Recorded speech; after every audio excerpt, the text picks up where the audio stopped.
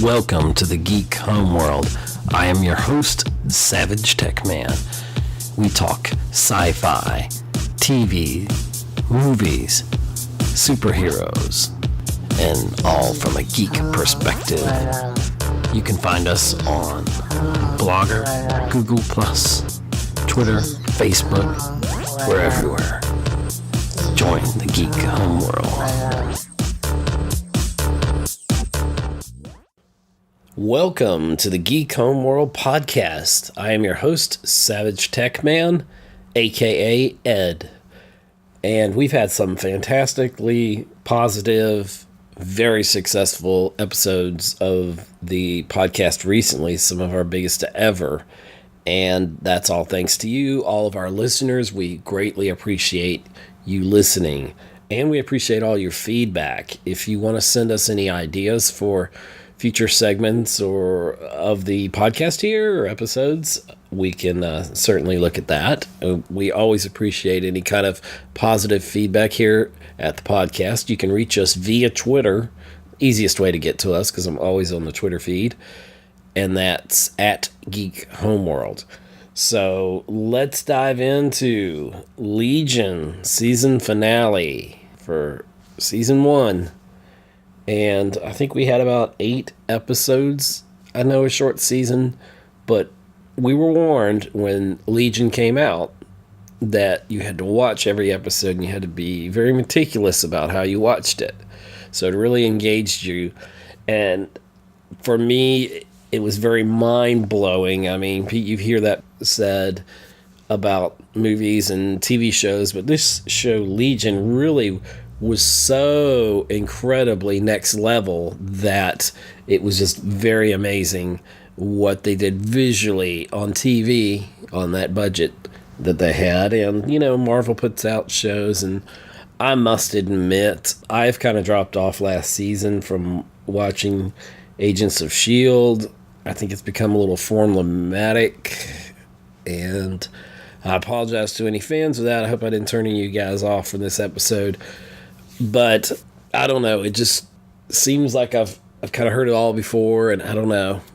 I will probably binge watch and get caught up. But for me, Marvel's best achievement right now going is Legion. And there will be spoilers on this episode. So if you've not seen the season finale, I actually accidentally spoiled, and I did not mean to. It was in a conversation. I accidentally spoiled it, and I assumed that my other friend had seen Legion, and obviously they had not seen Legion, so I was a little they were a little upset. And I do apologize for that. I really try to stay away from the spoilers, so there's our spoiler alert. If you have not checked out the season 1 finale of Legion, I'm sure you have, please do so.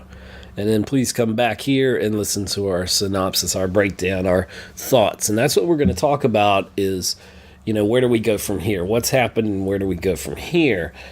And especially if you watch the mid-credits, you know, Marvel's good for that, or after the scene credits, there was a bonus scene. And basically, to lead up to this whole season was really about David Haller, Legion, and he has this legion of different personalities in him, and ever since he was a small baby, he had this entity that we found out to be the Shadow King, and I was so excited when I heard that. And you even see a glimpse, a little Easter egg of like the wheel of a wheelchair in the form of an X. And so his father, or whatever maybe Charles Xavier, Professor X, however they're going to play it in the show here. But David, played by Dan Stevens, who does a brilliant job at that, he sees all these things, and he is basically trapped inside his mind by the entity known as the Shadow King. It basically was a parasite. They got into his psyche, and it's been controlling him, and all these different personalities, and have been coming out of him because of that. And David's power is probably level 5. He's probably up there, maybe Phoenix power. You know, he's definitely one of the most powerful, if not the most powerful mutant on the planet. So we see that in this finale that David, played by Dan Stevens, and Sid, played by Rachel Keller, she basically, to me, is kind of like Rogue. She has a power to absorb, and early on in the season, she absorbs his mind. He basically goes into her body, and it's a really out of mind, out of body, no pun intended, experience, and it's pretty awesome. But in this mid credits little scene here, we see David and Sid talking about where they should go next in their lives now that essentially he is free. And it was just really short, and you're like, oh, finally some relief after this. You felt like you were in the crazy home with him or whatever, mental hospital, excuse me. Then we see this weird looking orb coming through the trees at him, and it scans him up and down, and all of a sudden it like traps him inside the orb, and you see him inside this small little orb, probably as big as your hand. And then it flies off, and Sid's like, oh, what's happening? And who controlled that orb? Who sent that orb? What's the orb? We'll find out season 2. And the show has already been, I believe, renewed at this point for a second season, so that's good to know. But we're wondering, okay, what's the deal with this orb, and where are we going with it, and who basically is behind it? We're looking at Division 3 as who they've been kind of dealing with this whole season, and wow, amazing, the effects and all that. But how did they get there without Melanie? She's played by Jean Smart, and I kind of see her as not psychic. I hate to call it psychic. She would have the powers of Xavier, and I feel like even though we've not totally seen that manifested, she's kind of the mother protector of this organization. And how did they get past her? I don't know. How did they? So was it Division 3, which is most likely who it is? Could it be, and this is really reaching, could it be some of the X-Men? Possibly. Could they be sending out some, because they realize they can't approach him because he would just strike out, and who knows what his power could do? Could it also be Professor X? Because we see this person in the wheelchair or whatever. I don't know if we actually saw the wheelchair in that portion, because we saw it like in a flashback. But when David was at the chalkboard kind of during the season, figuring out who was doing this to him, you see that like these parents giving this child to these other parents, which were David's parents, and them raising them. Yeah, basically, I guess they figured they could hide because he had fought. They did show this in the little caricatures off the chalkboard, that this Professor X, who wasn't in a wheelchair, by the way, was fighting the Shadow King, and that would kind of be pretty much what's in the comics. So could it be Professor X, Charles Xavier? I think that'd be pretty much out there. That would be pretty cool if they all of a sudden, because after Logan, we don't really have a Professor X, and that's the movie industry part of it, the movie side of it. Now on the TV show, Legion, will they actually show Professor X? I would love them to cast a Professor X, I know it's not going to be Patrick Stewart or anybody like that. I get that. But, maybe a young Charles Xavier, and that would be awesome. That would be so cool to see Professor X. Because I don't know, that would be amazing to have Professor X on there. But I don't know if they'd be even allowed to do that on television. I don't know, the rights or get crazy, because I believe Fox owns X-Men or has a big stake in it, because I think they're the big studio that owns that. So they'd have to give some kind of permission. So if it's not the X-Men, it's not Professor X, let's see. It could be just something completely different, something new that we have not seen yet. And that is certainly a possibility in Legion. So I don't know where it's going. I have no clue. This is one show where I can't predict from week to week. Hardly know what's going on. My mind's got to absorb it and catch up on it and figure it out. But it's hard to tell where exactly they're going with it. But when Legion comes back, you need to be watching that. I hope you enjoyed it as much. I need you to send us your fan theories at Geek Homeworld via Twitter, and let us know what you thought. Let us know what the highlights you thought of this first wonderful season. I almost said perfect. I mean, nothing's perfect, but this is about as good as I think you could tell Legion's story. Could they have done some different things? Yeah, maybe. Maybe they could have did that, the box hair do. Maybe we'll see that next season. I don't know. But it's going to be a while before we get our second season, so let's enjoy the greatness of what this is about, because Legion, I think, is one of the highest quality shows on TV now. So I'm enjoying it, and see you on the astral plane. Geek Homeworld Review Preview.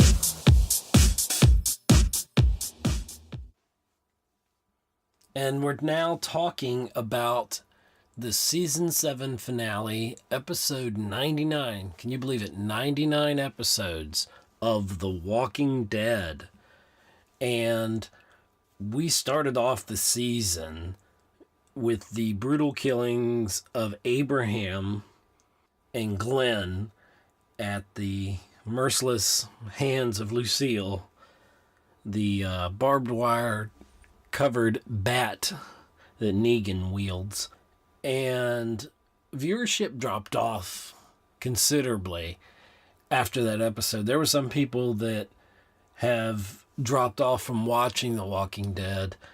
I was actually kind of put off by the violence myself. I thought it was really over the top. And when we look back at this entire series, once it wraps, Season 7 is going to be a pivotal season.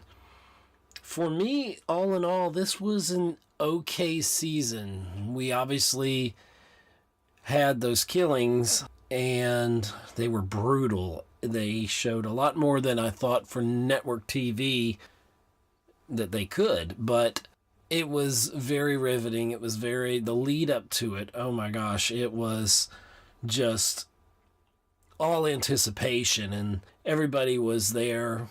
As the season premiere, when it came on, you could have heard a pin drop because people were so just into this. They were so just overcome, and there was so much anguish, and Glenn was such a pivotal character in the whole Walking Dead series. And of course, there's the comics out there, graphic novels, that are forward ahead of where we are in the series, and they've incorporated a lot of things from the graphic novels into the actual TV series.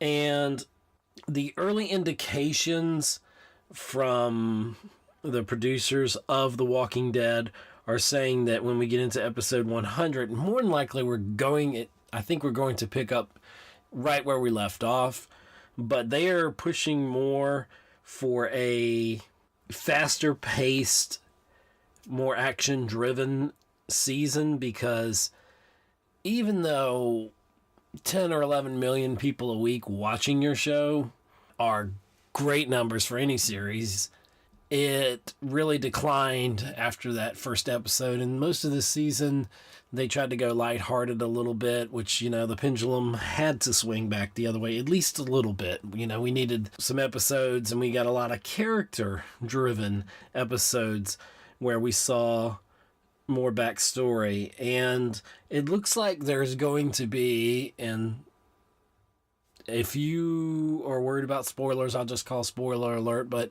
by now I assume you've watched the finale of Season 7, Episode 99, and you probably know where we're going. But the preview for this is that, according to the producers, Season 8 is going to be more fast-paced, like I said, but Scott Gimple said it's going to be a, quote, massive time jump in the series. So we're going to maybe have some flash forwards, which would be interesting. Totally, to see where we're going with the series. That would be interesting to see the future impacts of some of these things, and then flashback to the present I imagine we'll have a few flashbacks, a few fill-in-the-blank kind of moments on the series. I don't doubt that. They've done that before. No reason why they shouldn't do that again. But I don't think they're going to drag out as many things like, the character of Negan is... Okay. You can kind of tell my frustration. Okay, because Rick, finally he got his cojones back in, and he finally rallied the people that been Hilltop. And he got, what do we call them, the trash dump people, and who turned on him in the episode, which did not see that coming, but knowing how weird they are, I guess I should have expected it. There were a lot of twists and turns, but Rick trying to go and avenge Glenn and Abraham's death, and getting everybody united to try to take on Negan and his crew there. You saw at the end there, Negan basically saying, we're going to war. And I believe that. And you see hundreds, had to be at least hundreds of people. I don't imagine that we're going to not see that war and see it play out. I mean, it was pretty cool. I was very worried. My favorite character, she almost got thrown off a balcony and got her face bruised and all that. And Rick recovered from, that interesting gunshot, it seemed like. He got shot there, and he recovered pretty quickly. And, we saw members of the Kingdom fighting. Heck, Morgan had to take some lives, and it was just everything. Michonne, like I said, she almost got killed, and I was like, please don't kill Michonne. I know people in the graphic novels, I'm not going to say anything because this is spoilerish for people that haven't read the comics on The Walking Dead, but I know that she's going to meet a fate. They all are going to meet some sort of fate, the characters. There was even talk that Rick would be killed off this season, which killing off a main character might work for Game of Thrones, like Ned Stark, but it's not going to work here for Walking Dead. And they cannot kill Daryl. The day they kill Daryl, there'll be so many people up in arms. And so I think they're pretty safe. And just the brutality of this season, they had to water it down most of the rest of the season here, season 7. So I can understand why. And I like a good story. I don't need to see that excessive amount of gore. Of course, it is the zombie apocalypse. Things are going to be pretty and beautiful and wonderful, and look at the flowers. Catch that reference? But the brutality of Lucille, she needs her own show. That's, Negan's bat. I can't believe that Eugene turned coat. Maybe now I understand why and how he ended up giving the suicide pill, which now Negan knows about. He gave it to Sasha, and then Sasha showing up in that coffin is dead. I did not see that coming at first. I was like, that could possibly happen, but I didn't think they'd actually do it. And as she comes out and almost gets Negan, and I knew she wouldn't. I know Negan's gonna survive this. He's gonna pretty much be bulletproof in a lot of ways. And I don't think that we're gonna see him die, and it's gonna be Rick, and Rick, even when he told Rick, I'm going to chop your fingers off, and he's like, you can do that, and he had Carl there, he's going to kill Carl, and he's like, I like Carl. I can't do a good Negan impression, but I have a friend who actually looks like Negan, and he got a Lucille for his birthday, and I was like, you could be his double, in the show there, but I'm pausing a lot here because I'm just thinking, trying to encapsulate what season 7 was to all the fans. And I'm not going to say that I'm a super fan of The Walking Dead. I do enjoy it. It is one of my shows that we have a ritual with friends where we watch it, just like a lot of you around the world do every week. And looking forward to Fear the Walking Dead. And as a side note, passages that they've been showing, I'm like, I get it, but let's just move that farther along. I guess I'm kind of impatient. And like I say, going into season 8, we're going to see more fast-paced, done, next storyline, So we're looking at a kind of Lord of the Rings level of fight coming up, a Game of Thrones epic battle between Negan's forces and Rick's forces, all of his united crews. And so sad to see Sasha go. I kind of thought it was coming, and I was thinking if Sasha was on Survivor, she would do really well. I think she could work. And there's just so much. They're rallying the troops. Maggie, I've loved her character, that she has become stronger. Since Glenn's death, she has been able to just really just buckle down. And she's kind of taken over a lot of ways. And she has become a leader. I love King Ezekiel. I think his character, along with Shiva, is awesome. There was some levity when he was brought in, but now you see that King Ezekiel's forces will be fighting also. There was a poignant moment where Maggie and Jesus had to track down Sasha in the woods, and they ended up having to kill her. And I feel so bad for Sasha's character. And then they had the funeral, of course, which Gabriel presided over there. So where do we go from here? We go into a fast-paced season 8. We had 16 episodes in season 7, so I imagine for the last several years that's pretty much what we get. So, we'll take the 16 episodes. Will there be a season 9, season 10?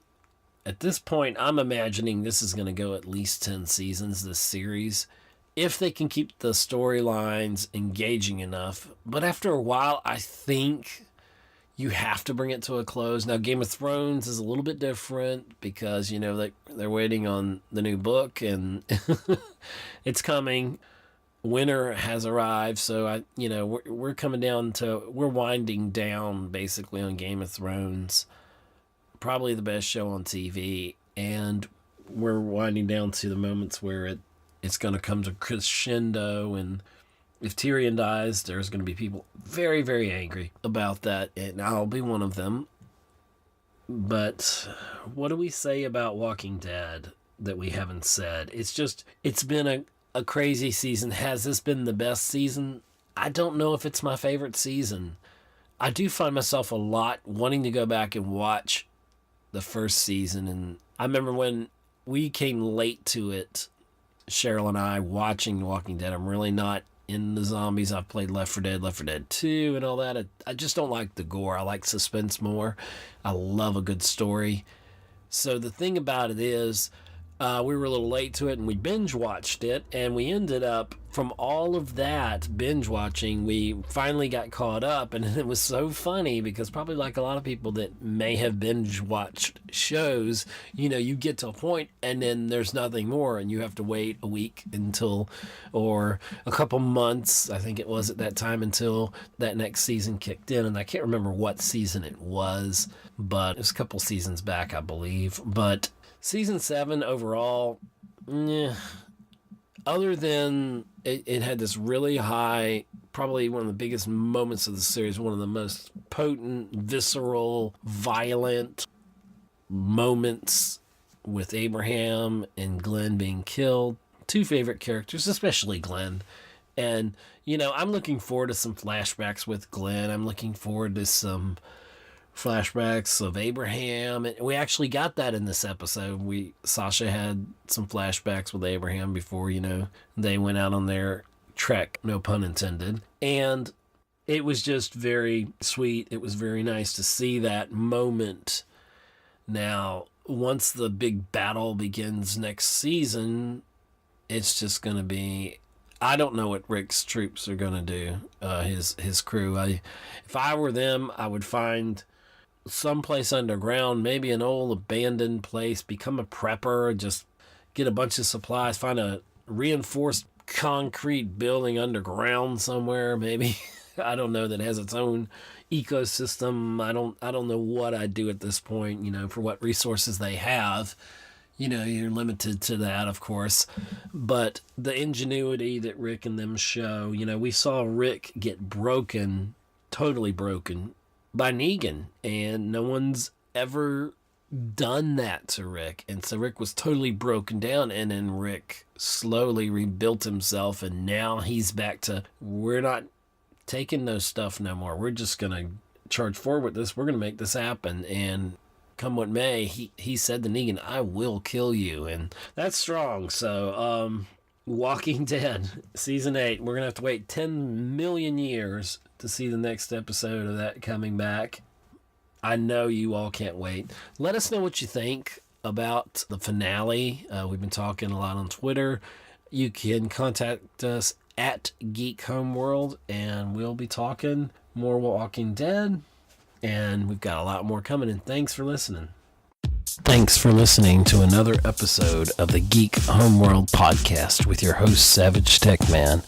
You can find us on Libsyn, Google+, follow us on Twitter, like us on Facebook, listen to us on iTunes, see us on YouTube, be part of our Mixler chats. Thank you. See you again on the Geek Homeworld podcast. Geek Homeworld.